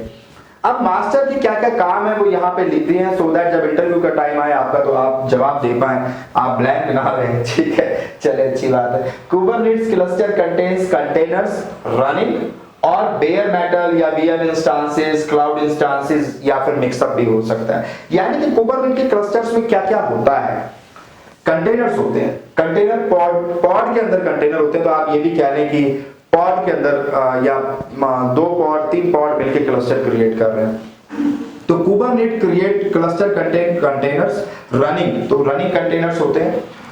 अब वो चाहे बेयर मेटल पे चल रहे हो वो भी हो सकते हैं, या बेयर मेटल के पे बहुत सारे आपके मशीन, वर्चुअल मशीन्स यहाँ पे अलग से हैं। ये तो फिजिकल हो गया, फिजिकल पे भी आप कुबरनेट्स चला सकते हो अपने ऑन प्रेम के अंदर, ऑन प्रेमाइसिस के अंदर आपकी कंपनी में। कई लोगों ने उससे पूछा है, कोई शायद थे कहीं पे, उन्होंने कहा कि ऑन प्रेमाइसिस क्या होता है? ऑन प्रेमाइसिस का मतलब है जब आप अपनी कंपनी में खुद के सर्वर ला रहे हैं हार्डवेयर की फॉर्म में, और वहां पे ये काम करा रहे हैं, उसे ऑन प्रेमाइसिस कहते हैं। तो आप ऑन प्रेमाइसिस या बेयर मेटल पे ये काम कर सकते हैं, वर्चुअल मशीन्स पे भी आप ये काम कर सकते हैं, क्लाउड पे भी कर सकते हैं, और ऐसा भी कर सकते हैं कि एक आपका जो पॉड है वो आपका वर्चुअल मशीन पे है, एक क्लाउड पे है, या एक फिजिकल पे है, उन पे भी आप मिलके काम कर सकते हैं। ठीक है, ये सारी चीजें आप कर सकते हैं। Kubernetes designates one or more of these as master and all other as worker। तो ये मैंने आपको बताया कि एक मास्टर होगा बाकी वर्कर होंगे, या 2 मास्टर हो सकते हैं बाकी वर्कर हो सकते हैं, एक मास्टर एक वर्कर हो सकता है, किसी भी तरीके का आर्किटेक्चर आपका कुबरनेटिस के अंदर हो सकता है। तो वहां पे कुबरनेटिस में जहां जहां आप मास्टर का पैकेज इंस्टॉल कर दोगे वो एज अ मास्टर काम करने लगेगा। The master is now going to run set of Kubernetes processes। अब वो बहुत सारे Kubernetes प्रोसेस करेगा जिसके अंदर आपका API सर्वर भी आएगा, क्यूबलेट भी आएगा, आपका जो है क्यूबलेट तो खैर वर्कर का पार्ट हो गया, API सर्वर आएगा आपका, क्या बोलते हैं उसको, मेरे को भूलने की बड़ी आदत है, कंट्रोलर, मैनेजर और आपका शेड्यूलर। तो वो सारी चीजें आएंगी। These processes will ensure smooth functioning of cluster। These processes are called control plane। तो कंट्रोल प्लेन का पूरा आर्किटेक्चर अभी मैंने आपको दिखाया है उस पे ये सारा काम होता है। तो मास्टर का बेसिकली काम ही यही है कि हमें जो सारा काम कराना है वो स्मूथ तरीके से होना चाहिए। Can be multi master for high availability, आप एक से ज्यादा मास्टर भी बना सकते हैं ताकि अगर एक मास्टर फेल हो जाए तो दूसरा मास्टर कंट्रोल करता रहे। Master runs control plane to run cluster smoothly, master का बुनियादी काम ही ये है कि जो हमारे क्लस्टर हैं, जो हमारे वर्कर्स हैं, वो प्रॉपर्ली काम करते रहे। देखें, आपने भी देखा होगा जिस दिन कंपनी में बॉस एब्सेंट होता है ना, उस दिन सारे मौज करते हैं, कोई काम नहीं करता। तो यही जरूरत है मास्टर की होने की। तो मास्टर जब होता है ना तो सारे अपने आप काम में लग जाते हैं। तो ऐसे यहाँ पर भी मास्टर का काम यही है, master runs control plane to run cluster smoothly. तो ये हमने बुनियादी बात करी है मास्टर नोड की। अब हम आगे कंपोनेंट्स की बात करते हैं। तो अभी हमने मास्टर नोड की ओवरऑल बात करी थी कि मास्टर नोड कैसे काम करता है, क्या करता है। मास्टर नोड के अंदर जो कंपोनेंट्स होते हैं उनकी बात कर लेते हैं। तो मास्टर कह लें या कंट्रोल प्लेन कह लें, इसके अंदर 4 बुनियादी कंपोनेंट हैं। इन 4 में भी 3 इसके खुद के कंपोनेंट हैं, ये एक बाहर का कंपोनेंट है, पर क्योंकि इसके बिना काम नहीं चल सकता तो हम इसको भी इसी के कंपोनेंट की तरह इसको आप कह सकते हैं कि हम यहाँ पे मेंशन करते हैं। तो 4 बुनियादी कंपोनेंट्स इसके पास हैं। पहला है क्यूब एपीआई सर्वर। इसके क्या फीचर है? देखिए, क्यूब एपीआई सर्वर मैंने आपको बताया कि फ्रंट एंड है, यानी कि आप भी कोई मैनिफेस्ट या कुछ लिख कर देंगे तो एपीआई सर्वर से कम्युनिकेट करेंगे। आपको कोई काम कराना है तो आप एपीआई सर्वर को ही बताएंगे। एपीआई नोड से कोई कम्युनिकेट करना चाहता है मास्टर के साथ तो नोड भी एपीआई के थ्रू ही कम्युनिकेट करेगा। यानी एपीआई जो है वो फ्रंट फेस है, वो बैंक में बैठी हुई वो रिसेप्शनिस्ट है जिससे हर आदमी आके राब्ता करता है। अब आप देखें, this API server interact directly with user, यानी यूजर के साथ भी डायरेक्ट इंटरेक्ट करता है और यूजर इसको क्या भेजता है, वी अप्लाई डॉट या YML फाइल या JSON manifest two cube API server. तो हम अपना मैनिफेस्ट बना के देखते हैं कि भाई हमको इतने पोर्ट क्रिएट करके दो, इन पोर्ट के अंदर ये काम करके दो, ये पोर्ट में ये कंटेनर के अंदर ये चीज इंस्टॉल करके दो, ये टॉमकैट सर्वर बना के दो, फलाना डिमांड का सारी चीजें हम उसको लिखकर मैनिफेस्ट में दे देते हैं और उसके अकॉर्डिंग एपीआई सर्वर आगे फॉरवर्ड करके काम करवाता है। This cube API server is meant to scale automatically as per load। इसका मतलब ये है कि API सर्वर के पास कितने भी रिक्वेस्ट आ जाए, एक साथ 1000 रिक्वेस्ट, 2000 रिक्वेस्ट, 3000 रिक्वेस्ट, उसके हिसाब से ये अपने आप को स्केल कर लेता है, अपनी कैपेसिटी को बढ़ा लेता है। ठीक है, इसको कितनी स्केल करने की जरूरत है, अपनी कैपेसिटी को बढ़ाने की जरूरत है, ये ऑटोमेटिकली लोड के हिसाब से कितना लोड इसके पास आ रहा है उसके हिसाब से ये अपने आप को स्केल कर सकता है। ये भी आप कह सकते हैं खासियत है इसकी। Kube API server is front end of control plane. ये कंट्रोल प्लेन का फ्रंट एंड है, यानी हर कोई इसी से आके बात करेगा, पीछे के कंपोनेंट से कोई कभी डायरेक्टली बात नहीं कर सकता, चाहे वो कंट्रोलर हो चाहे फिर वो आपका शेड्यूलर हो। दूसरा कंपोनेंट ETCD जो मैंने आपको बताया कि ये आपका एक्चुअल में तो कुबरनेट का एक मेन कंपोनेंट तो नहीं है, उसका मतलब खुद का कंपोनेंट तो नहीं है पर इंपॉर्टेंट है।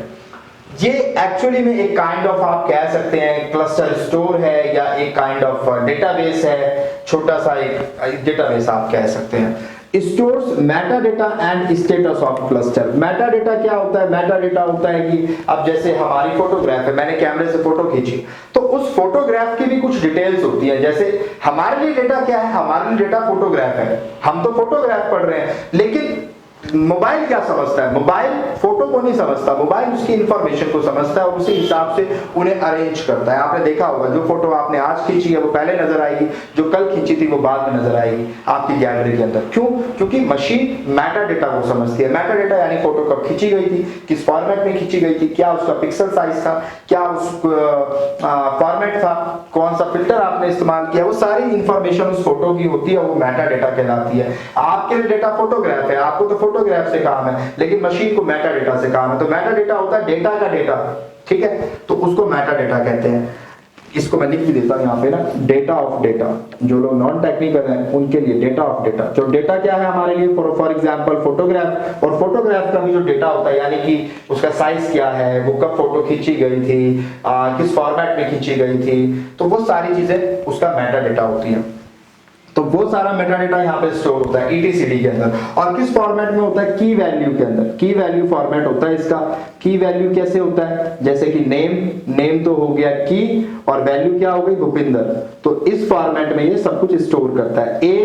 एज हो गई की, और एज कितनी है? 32। तो 32 इज द वैल्यू। तो इस तरीके से की वैल्यू पेयर में ये स्टोर करता है उन चीजों को। ETCD is consistent and high available, यानी कि हर 24/7 ये डेटाबेस आपके लिए रीचेबल होगा, क्योंकि आपको नहीं पता कि आपको कब इसकी जरूरत पड़ेगी, ये इंफॉर्मेशन कब कंट्रोलर मांगने लग जाए इससे। तो ये हमेशा कंसिस्टेंट और हाईली अवेलेबल होता है कुबरनेटिस के अंदर। ये कभी भी नॉट रीचेबल नहीं आपको मिलेगा, ठीक है। और की वैल्यू स्टोर होती है वो मैंने आपको बता दी। सोर्स ऑफ टच इसको बोलते हैं। बेसिकली ना कुछ टर्म्स होती है, जैसे आइडोपोटेंसी एक टर्म थी जो हम शेफ में इस्तेमाल करते थे कि रिपीटिशन ना हो। इसी तरीके से यहाँ पे एक टर्म होती है इसके लिए, source of touch. Source of touch है ये क्लस्टर स्टेट के लिए, यानी कि कोई भी चीज अगर हमें चाहिए, हमें कोई इंफॉर्मेशन चाहिए कि भाई फलाना पोर्ट में कितने कंटेनर बने हैं या कितने कंटेनर हैं उसके अंदर, या उसकी एक्चुअल स्टेट क्या है, डिजायर्ड स्टेट क्या है, क्या आईपी एड्रेस है उस पोर्ट का, वो सारी चीजें अगर आप पता करना चाहते हो ईटीसीडी से आपको पता चल जाएंगे। यानी सोर्स ऑफ टच, यानी जिससे हम बात करके खबर ले सकते हैं। खबर यही हमारा सारे डेटाबेसेस के पास है। कुछ फीचर्स भी हैं इसके, कुछ फीचर्स हैं इसके, जैसे फुल्ली रेप्लिकेटेड, सिक्योर और फास्ट। ये तीनों इसके फीचर की तरह हैं। बहुत ज्यादा इंपॉर्टेंट तो नहीं है, बट फिर भी मैंने यहाँ लिख दिए हैं सो दैट आपके प्रॉपर नोट्स बन जाएं। तो fully replicated, the entire state is available on every node in the cluster. यानी क्या फीचर है इसका? The entire state is available on every node in the cluster, यानी जो स्टेट इसके पास है इसको तो पता है, वही सारी चीजें हर नोड पर भी होती हैं। बात समझ आ रही है? यानी ओहाई आपने देखा था, ओहाई एक छोटा सा डेटाबेस होता था जो हर क्लाइंट के ऊपर होता था, जो सारी इंफॉर्मेशन उस क्लाइंट की रखता था। ऐसे ही ईटीसीडी की भी सारी स्टेट, जो मतलब एक नोड की सारी स्टेट है, वो हर नोड पे भी होती है। एंटायर स्टेट हर नोड पर भी अवेलेबल होती है। यानी इसके पास भी होगी जो अलग से डेटाबेस हमारे पास मास्टर में था, और वही इंफॉर्मेशन हर नोड पर भी रेप्लिकेट होती है, वही चीजें नोड पर भी अवेलेबल है। तो एक जगह से अगर गलती से रिमूव हो गई तो उनके पास अपनी स्टेट अवेलेबल है, वही डेटाबेस उनके पास भी पड़ा हुआ है हर नोड के पास, वो वहां से एक्सेस कर सकते हैं। तो फुल्ली रेप्लिकेटेड है। सिक्योर है, implement automatic TLS with optional client certificate authentication. तो ये सिक्योर भी होता है टीएलएस की वजह से। और फास्ट है, बेंचमार्क एट 10,000 राइट्स पर सेकंड, यहां तक इसने अचीव किया हुआ है। तो काफी फास्ट भी ये होता है। तो ईटीसीडी की बुनियादी बात हमने कर ली। अब आगे के कंपोनेंट बताता हूं आपको। अब कंट्रोल प्लेन के ऊपर जो तीसरा बुनियादी कंपोनेंट होता है वो होता है क्यूब शेड्यूलर। ये बहुत ही इंपॉर्टेंट है, आपको पता है ये क्यों होता है हमारे पास? भैया यही करता है एक्शन, यही लेता है एक्शन। असल में करना है, बनाना है, बनाने वाला यही है, ठीक है। बाकी सब तो इधर उधर की बातें करते हैं, पर असल में काम ये बंदा करता है। ये क्रिएट करके देता है आपको जितने पोर्ट चाहिए, आपको पोर्ट किस नोड पे चाहिए, वो सब ये काम करता है। आपको पता होगा, देखिए मैं अभी आपको मास्टर प्लेन में, आपको याद होगा मास्टर प्लेन के अंदर अगर हमारा जो यूजर है, तो यूजर किसके साथ इंटरेक्ट करता है? एपीआई सर्वर के साथ। एपीआई सर्वर किसको बताता है? कंट्रोलर को बताता है। कंट्रोलर चेक करता है कि एक्चुअल स्टेट जो है और डिजायर्ड स्टेट जो है वो क्या क्या है। वो किसकी हेल्प से चेक करता है? वो ईटीसीडी से पता करवाता है, ईटीसीडी जो आपका डेटाबेस था। लेकिन असल में काम कौन करता है? असल में काम ये शेड्यूलर करता है। शेड्यूलर आपको बना के देता है। याद है आपको आर्किटेक्चर जो अभी जस्ट मैंने आपको थोड़ी देर पहले पढ़ाया है? तो शेड्यूलर आपको बना के देगा।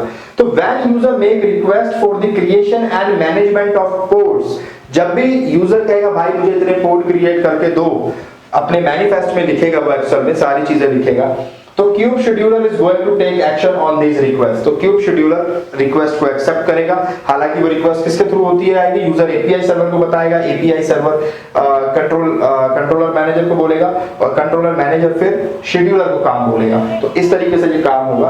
और फाइनली क्यूब शेड्यूलर इसको क्रिएट करके देगा जितने भी पोर्ट मैनिफेस्ट में लिखे हुए हैं क्रिएट करने के लिए। Handles port creation and management, तो ये पोर्ट क्रिएशन को हैंडल करता है। सबसे इंपॉर्टेंट बात अगर कभी आपसे इंटरव्यू में पूछ ली जाए कि क्यूब शेड्यूलर का क्या काम है, तो इट हैंडल्स पोर्ट क्रिएशन, यानी पोर्ट क्रिएशन से रिलेटेड जितने रिक्वेस्ट हैं वो सारी ये हैंडल करता है और उन्हें मैनेज भी करता है, ठीक है।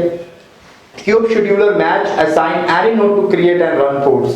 अब देखिए हमारे पास जो ये हमारा मास्टर प्लेन है ये बहुत सारी नोड के साथ कनेक्टेड है। नोड 1 है, नोड 2 है, नोड 3 है फॉर एग्जांपल। तो 3 नोड मेरे पास है, नोड 1, नोड 2, ठीक है ना। मैंने आपको आर्किटेक्चर में भी दिखाया था 2 नोड बना के, 3 नोड मेरे पास है। तो ये क्यूब शेड्यूलर मैच करेगा, असाइन करेगा कोई भी नोड पोर्ट को क्रिएट करने के लिए। या तो आप खुद बताएं मैनिफेस्ट में लिख के कि मुझे नोड 3 पर ये पोर्ट क्रिएट करने हैं, अगर आपने बता दिया तो वो वहां पे क्रिएट कर देगा। लेकिन अगर आपने असाइन नहीं किया, आपने खुद से नहीं बताया, तो क्यूब शेड्यूलर ये भी डिसाइड करेगा कि ये पोर्ट कहां क्रिएट करने चाहिए। किस बेस पे डिसाइड करेगा? इस बेस पे डिसाइड करेगा कि किसके कितने रिसोर्सेज कंज्यूम हो रहे हैं। अगर इसके पास ऑलरेडी 4 पोर्ट क्रिएटेड है, यहां पर इस नोड में भी 4 पोर्ट क्रिएटेड है, बस इस नोड में एक भी पोर्ट क्रिएटेड नहीं है, तो क्यूब शेड्यूलर कहेगा यार ये नोड तो खाली पड़ा है, इसमें रिसोर्सेज ही यूज नहीं हुए अब तक, तो वो यहां पे क्रिएट करेगा, यानी इंटेलिजेंटली काम करेगा।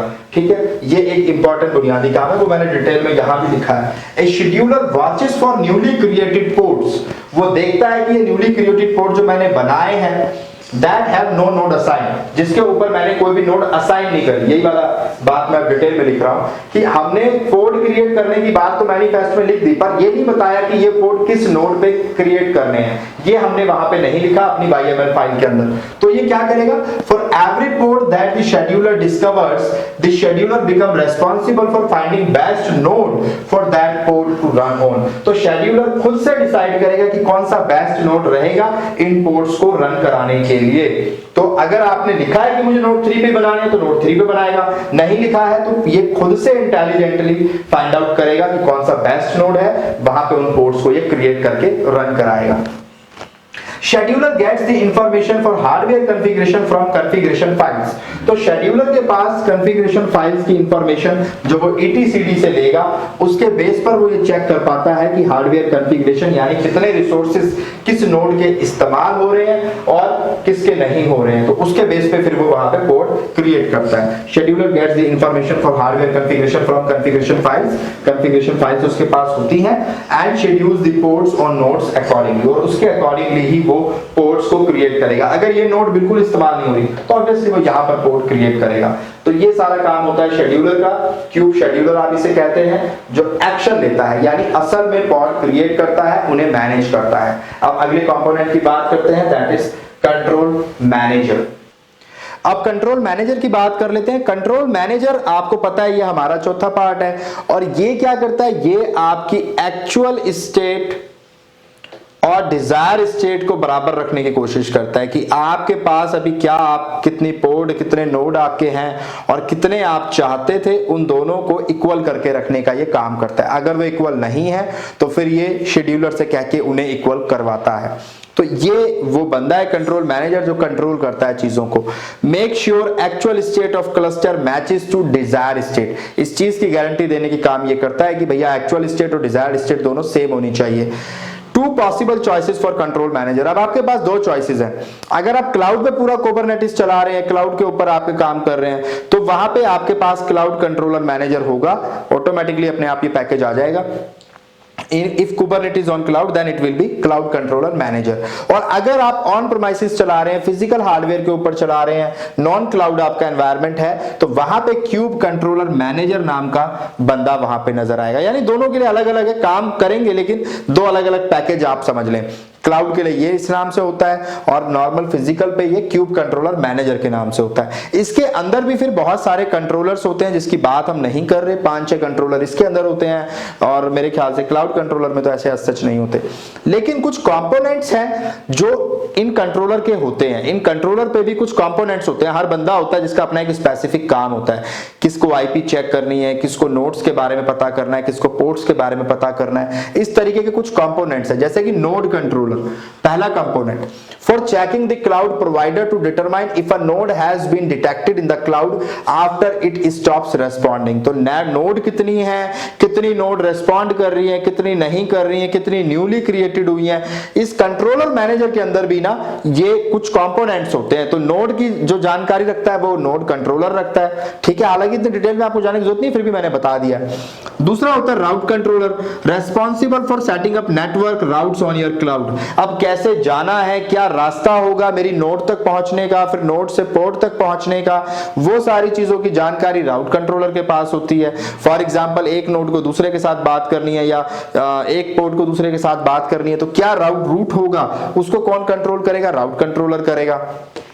तीसरा होता है service controller, responsible for load balancer on your cloud against services of type load balancer. ठीक है, तो लोड बैलेंसर वाला जो काम है, अगर लोड बैलेंसर आपको लगाने हैं, आपने लगाए हुए हैं अपने नोड्स के लिए, तो उन सारी चीजों के लिए सर्विस कंट्रोलर आपके पास होता है। और वॉल्यूम कंट्रोलर क्यों होता है, for creating, attaching and mounting volumes यानी कि storage and interacting with the cloud provider to orchestrate volume. उस वॉल्यूम को शेयर कराना है पोर्ट्स के दरमियान या अलग अलग वॉल्यूम एलोकेट करने हैं, वो सारा काम वॉल्यूम कंट्रोलर करता है। यानी इस कंट्रोलर के पास भी कई सारे खुद के कंपोनेंट होते हैं जो काम करवाते हैं। उतनी डिटेल में हम जाते नहीं है, इस तरीके से तो आप बहुत सारे जो अदर कंपोनेंट हमने पढ़े हैं उनके अंदर भी चीजें होती हैं। इवन जब आप एक पॉड क्रिएट करते हैं तो बैक एंड पे और भी कुछ कंटेनर्स क्रिएट होते हैं जिनकी हम बात नहीं करते, जैसे कि पॉज भी होता है और भी चीजें होती हैं, उनकी हम बात नहीं करते क्योंकि वो हमें फ्रंट मतलब हमें उनसे उतना ज्यादा कुछ काम नहीं होता। पर बैक एंड पे कई सारी चीजें क्रिएट होती हैं। जब आप धीरे धीरे इंडस्ट्री में जाएंगे, आप काम करेंगे, आपको समझ आएगा। तो ये बात हो गई हमारे मास्टर प्लेन यानी कि कंट्रोल प्लेन के कंपोनेंट्स की। अब कंट्रोल प्लेन के बाद जो दूसरा प्लेन बचता है वो आता है हमारा वर्कर नोड। तो वर्कर नोड जो होती है उसके अंदर क्या क्या चीजें होती हैं, आप जरा उनको डिस्कस कर लेते हैं। तो अब जरा नोड की बात कर लेते हैं कि हमारी नोड्स के अंदर क्या क्या चीजें होती हैं। जैसा कि आर्किटेक्चर में आपको मालूम है कि देखें, इस तरफ तो मेरे पास मास्टर होता है, तो मास्टर में मेरे पास क्या है, सपोज करें मैं अभी बाकी चीजें नहीं बना रहा, एपीआई सर्वर बना रहा हूं, तो जो कि फ्रंट फेस होता है। और एपीआई सर्वर जो नोड के साथ कनेक्टेड होता है, सपोज मेरे पास यहां नोड है, नोड 1, तो इस नोड 1 के अंदर क्या क्या होगा, एक क्यूबलेट होगा, एक क्यूब प्रॉक्सी होगा, एक आपका कंटेनर इंजन होगा, और इधर आपके पोर्ट बने होंगे, पोर्ट 1, पोर्ट 2, इस तरीके से पोर्ट 2। अब ये आपके पास 3 कंपोनेंट यहां है, क्यूबलेट, क्यूब प्रॉक्सी, और ये सारे बात किससे करेंगे, ये बात इससे करेंगे, एपीआई सर्वर से। Kubelet, cube proxy API server से बात करेगा, कंटेनर इंजन जो है वो अपने कंटेनर क्रिएट करेगा इन पोर्ट्स के अंदर। तो ये आर्किटेक्चर हम ऑलरेडी डिस्कस कर चुके हैं, तो वही मैं अब यहां पे आपको बता रहा हूं कि नोड के अंदर 3 इंपॉर्टेंट चीजें क्या है, एक तो क्यूबलेट, एक कंटेनर इंजन और एक आपका क्यूब प्रॉक्सी। ये 3 बुनियादी चीजें हैं। उसके बाद पॉड बचता है, पॉड को भी हम डिटेल में डिस्कस करेंगे। तो क्यूबलेट क्या है, देखिए, node is going to run 3 important piece of software या फिर प्रोसेसेस भी आप कह सकते हैं। ठीक है, तो नोड के अंदर 3 बुनियादी चीजें या सॉफ्टवेयर रन करते हैं। पहला क्यूबलेट, क्यूबलेट वो एजेंट है जो एपीआई सर्वर के साथ बात करता है। हमेशा याद रखिएगा, क्यूबलेट ही वो एजेंट है जो नोड की सारी खबर एपीआई को देता है और उससे फिर रिक्वेस्ट करके काम करवाता है जो भी नोड के एंड पे होना है। ठीक है, तो agent running on the node, ये वो एजेंट है जो नोड पे रन करता है। जैसे शेफ के अंदर भी हमारे पास एजेंट होता था, तो ये वो एजेंट है जो नोड पे रन करेगा। आपको हर नोड के ऊपर ये एजेंट रन कराना है। लिसन टू कुबरनेटिस मास्टर, और ये हमेशा कुबरनेट मास्टर में उसके टच में रहता है, ये हमेशा एपीआई सर्वर के टच में रहता है। एपीआई सर्वर के थ्रू ये किससे कम्युनिकेट करता है ये भी मैं आपको बता दूं। क्यूबलेट जो कम्युनिकेट करेगा एपीआई सर्वर के थ्रू वो कंट्रोलर के साथ करेगा, जो क्यूब कंट्रोलर होगा उसके साथ ये हमेशा कंट्रोल करके रखता है, उसके साथ हमेशा अपना कम्युनिकेशन एस्टैब्लिश करके रखता है। ये किस पोर्ट नंबर पे काम करता है, 10255 पोर्ट नंबर पे ये काम करता है। आप चेंज भी कर सकते हैं, और ये हमेशा कुबरनेट मास्टर को लिसन करता है। और क्या काम है क्यूबलेट का, हमेशा जनरली जो इसका काम होता है वो होता है पॉड क्रिएट कराना, मल्टीपल पॉड्स क्रिएट कराना। ये खबर ये देके के आता है फिर मास्टर को, मास्टर से फिर ये क्रिएट करवाता है। Send success fail report to master, success की और फेल की रिपोर्ट भी ये मास्टर को प्रोवाइड कराता है। तो ये क्यूबलेट के बुनियादी काम है, डिस्कस हम ऑलरेडी बहुत डिटेल में कर चुके हैं आर्किटेक्चर के अंदर। कंटेनर इंजन कोई भी हो सकता है, इसीलिए हमने डॉकर ना लिख के यहाँ कंटेनर इंजन लिखा है, क्योंकि हो सकता है फ्यूचर में कोई और कंटेनर इंजन कुबरनेट्स के साथ आप इस्तेमाल करें, तो डॉकर लिखने की जगह बेहतर है आप कंटेनर इंजन का टर्म यहाँ यूज करें। वो डॉकर हो सकता है, वो रॉकेट हो सकता है, वो कंटेनर डी हो सकता है, कोई भी हो सकता है। ठीक है, कंटेनर इंजन आपका कोई भी हो सकता है, मार्केट में बहुत सारे अवेलेबल है, पर 90-95% मेरे ख्याल से डॉकर ही इस्तेमाल होता है और कोई इस्तेमाल नहीं होता।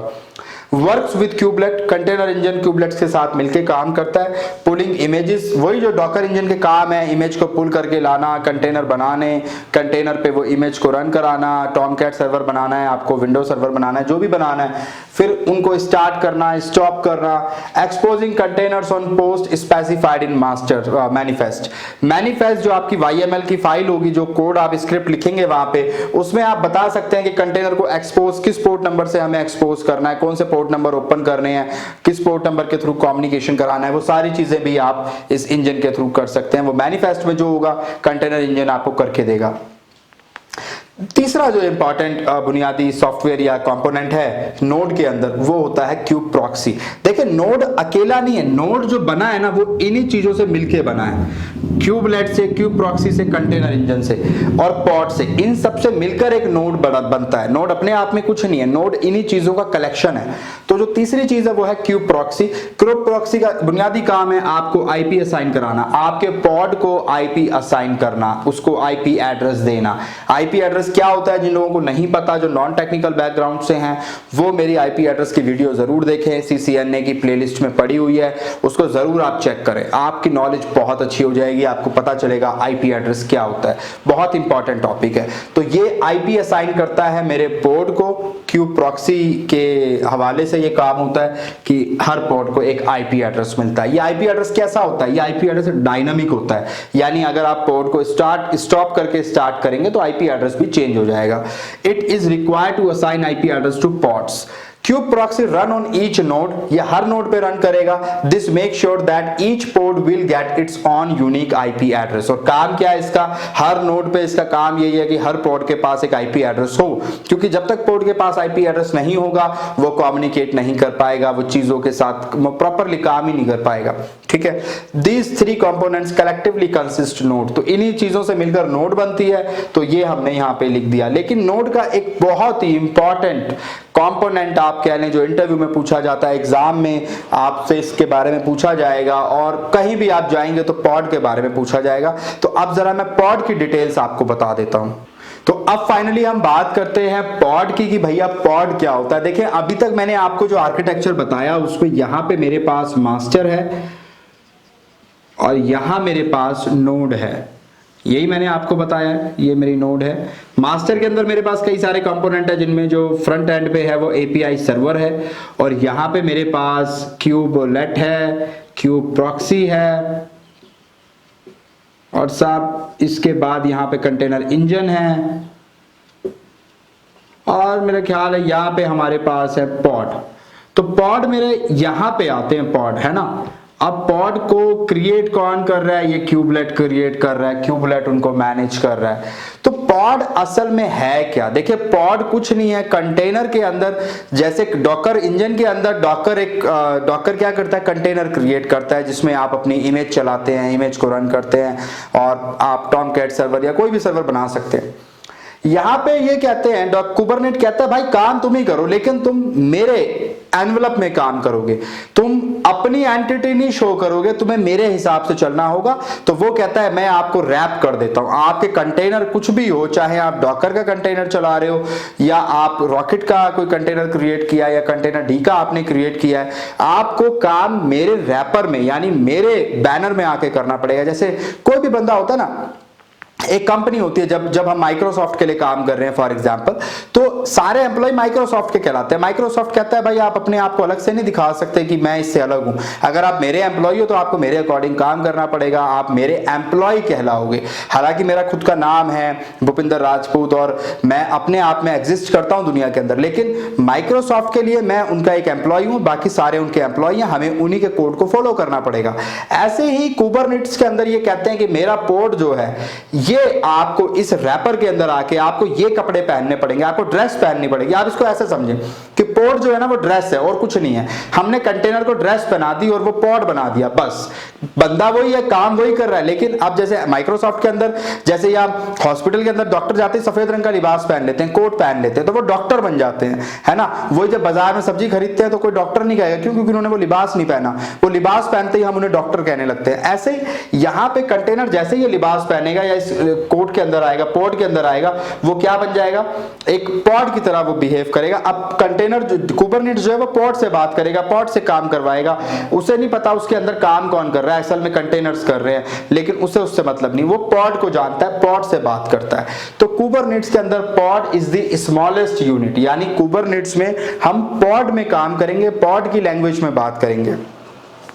Pod is a group of one or more containers. तो पॉड अपने आप में कुछ नहीं है, वो एक मोर और एक या एक से ज्यादा कंटेनर्स उसके अंदर होते हैं, वो वही है। तो पॉड अपने आप में कुछ भी नहीं है, वो तो एक लिफाफा है, एक एनवेलप है, या एक ड्रेस है जो डॉक्टर ने पहन ली। असल में तो काम डॉक्टर नहीं करना है ना। ऐसे ही असल में तो काम कंटेनर्स नहीं करना है, लेकिन पॉड हमने बस एक उसको ड्रेस पहना दी कुबरनेटिस के अंदर। तो pod is a group of one or more containers that are deployed together on the same host. Same host से मतलब क्या है? ये जो नोड है, नोड 1, ये मेरी सेम होस्ट है, ठीक है। सेम होस्ट से मतलब ये भी होता है कि एक ही फिजिकल हार्डवेयर के ऊपर आप चला रहे हैं, ठीक है। तो एक cluster is a group of nodes. अच्छा, ये एक इंपॉर्टेंट बात है क्लस्टर की। क्लस्टर किसे कहते हैं? देखिए, एक मास्टर और एक नोड को मिला के सबसे छोटा क्लस्टर बन सकता है, यानी एक क्लस्टर के अंदर एक मास्टर का और एक नोड का होना जरूरी है। Cluster is a group of nodes, ये बात ठीक है, लेकिन उसके साथ एक मास्टर। नोड अपने आप में कुछ नहीं है जब तक मास्टर ना हो उन्हें कंट्रोल करने के लिए। तो क्लस्टर कब बनेगा? जब एक मास्टर और नोड्स होंगी। शायद मैंने अभी थोड़ी देर पहले आपसे जो बताया था कि नोड्स के ग्रुप को या नोड्स के अंदर जो पॉड होते हैं उनको हम क्लस्टर कहते हैं, वो बात भी ठीक है, वो भी अपने आप में। लेकिन अगर आप बड़े लेवल पे देखें तो क्लस्टर में मास्टर तो होगा ही, क्योंकि आप कहते लॉजिकली इसी को है, क्लस्टर तो यही है, पर कंट्रोल भी तो कोई कर रहा है, तो वो भी उस क्लस्टर का हिस्सा हो जाएगा। मास्टर और नोड मिलकर क्लस्टर बनाते हैं, ठीक है। तो cluster has at least one worker node and one master node. कम से कम एक वर्कर नोड, यानी ये एक नोड होनी चाहिए, एक मास्टर होना चाहिए, तभी क्लस्टर बन सकता है। एक से ज्यादा मास्टर हो सकते हैं क्लस्टर के अंदर, एक से ज्यादा नोड हो सकती हैं, मल्टीपल मास्टर मल्टीपल नोड ये भी हो सकता है। तो क्लस्टर का आर्किटेक्चर कैसा भी हो सकता है। In Kubernetes the control unit is the pod not containers. तो कुबरनेट किसको कंट्रोल करता है? पॉड को कंट्रोल करता है। उसे कंटेनर के बारे में कुछ पता नहीं होता, कंटेनर कितने चल रहे हैं कितने नहीं चल रहे हैं उसे कोई मतलब नहीं है। कुबरनेट्स पॉड से बात करता है।